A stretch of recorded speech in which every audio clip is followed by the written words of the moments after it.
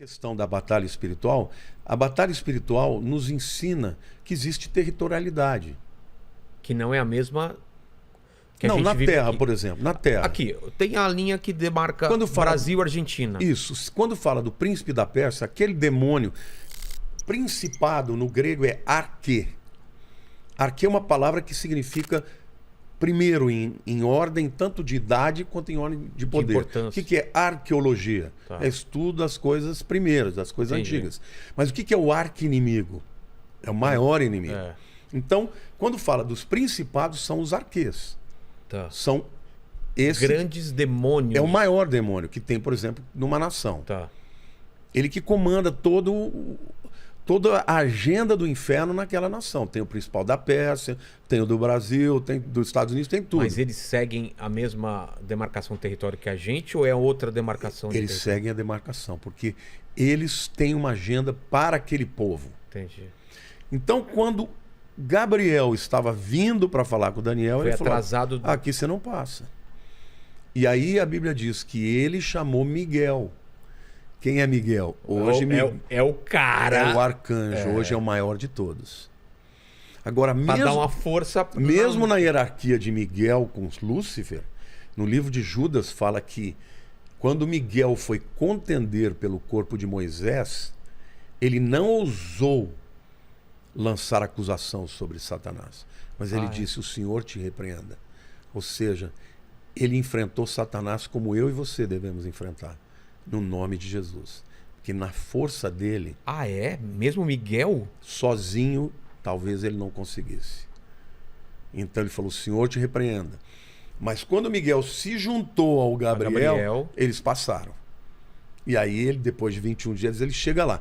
Então, ou seja, embora o reino das trevas esteja no segundo céu, eles têm acesso aqui. Mas o reino das trevas, esse segundo céu, é só reino das trevas ou existe também outros anjos, outras coisas que circulam? Não, é óbvio que, por exemplo, eu até fiz agora na época do Natal, fiz alguns vídeos em que eu simulei, peguei de um livro nem me lembro o nome do autor, é um famosão desse, mas eu li o livro dele das histórias de Natal tão lindas, eu traduzi e li. Ah, tá. Nossa, ficou lindo. E aí depois fizeram imagens e tal. E eu contando a história, por exemplo, do anjo Gabriel, quando ele vem contar para Maria. Então Deus chama ele na sala do trono, falou: Terceiro céu. No terceiro céu, eu tenho uma grande notícia para te dar, você vai ter que ir lá falar com Maria, assim, e tudo de maneira poética, né? E o diabo lá na sala. Então ele tem acesso também. Lógico que tem. Ele tem acesso até o momento, no meio da grande tribulação, que está no livro de Apocalipse, capítulo 12. Então, isso eu não entendi. Eu entendi que ele estava preso ao inferno. Não, Satanás não. Satanás tá. Mas ele não foi condenado às profundezas? Não, ele hoje, na Terra, ele tem o Hades. Ele é o senhor do Hades. Mas ele não é restrito a lá. Quando a Bíblia fala dos principados e potestades das regiões celestiais, eles estão lá também. E eles estão na Terra também. Como é que o demônio possui uma pessoa? Entendi. Se ele estivesse preso no inferno? Existem alguns demônios que estão presos. Quem são esses? Os que copularam com as mulheres humanas e se tornaram pais dos nefilins. Esses, a Bíblia diz que eles estão guardados em trevas, aguardando o dia do juízo. Final. Os outros estão aí, liberados. Tanto é que, por exemplo, aqueles demoniados, aqueles demônios do Gadareno, Filho de Deus, que temos nós contigo, vieste antes da hora, por favor, deixa a gente entrar naqueles portos, porque eles não queriam ir para onde? Vieste nos lançar para o abismo? Eles não queriam ir para o abismo. Então Lúcifer não está nesse abismo ainda? Não, ele está no segundo céu. E ele teme esse abismo?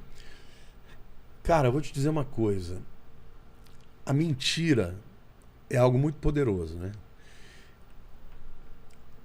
Algumas vezes eu acho que ele sabe de tudo, que ele conhece o futuro dele, mas que ele odeia tanto que o objetivo dele é destruir levar o máximo de gente que puder.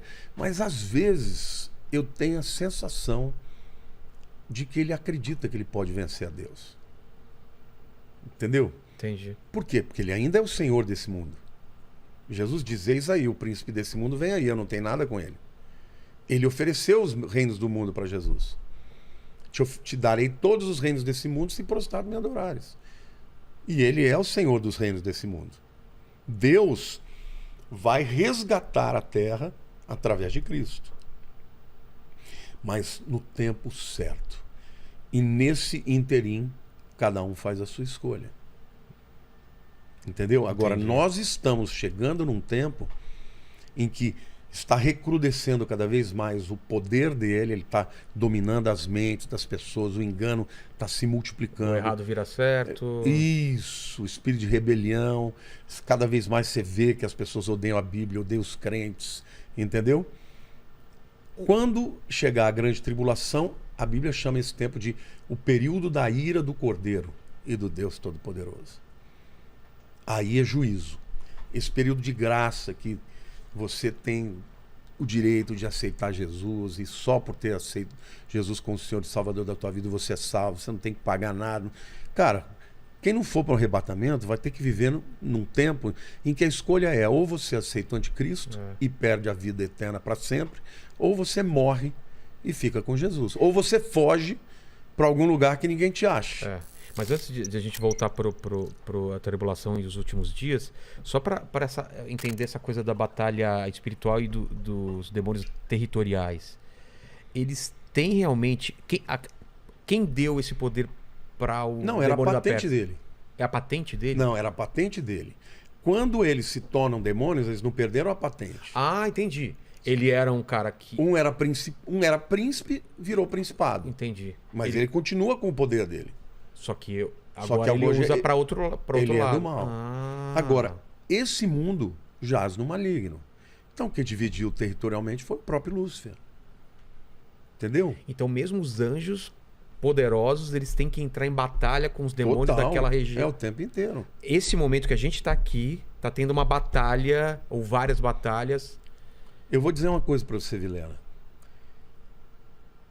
Nem queria entrar muito nesse assunto, mas o que Deus tem me falado sobre a questão do que está acontecendo no Brasil? Tá. Eu vejo muitas vezes a igreja entrando num bate-boca, numa baixaria e perdendo a autoridade espiritual. Deus, quando Depois eu queria que explicasse a autoridade espiritual também com uma coisa que eu...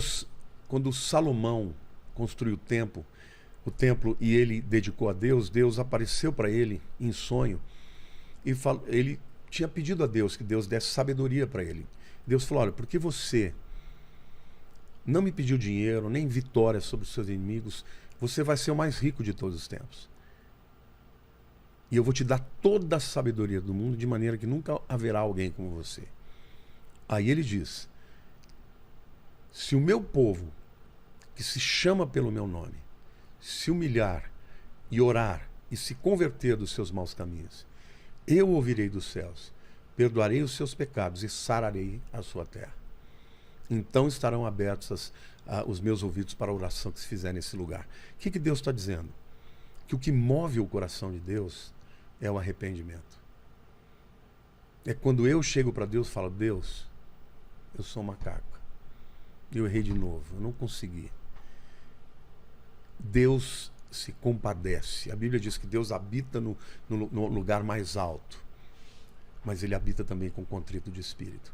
Então, por que eu estou dizendo isso? Porque a autoridade da igreja é que resiste ao espírito do anticristo.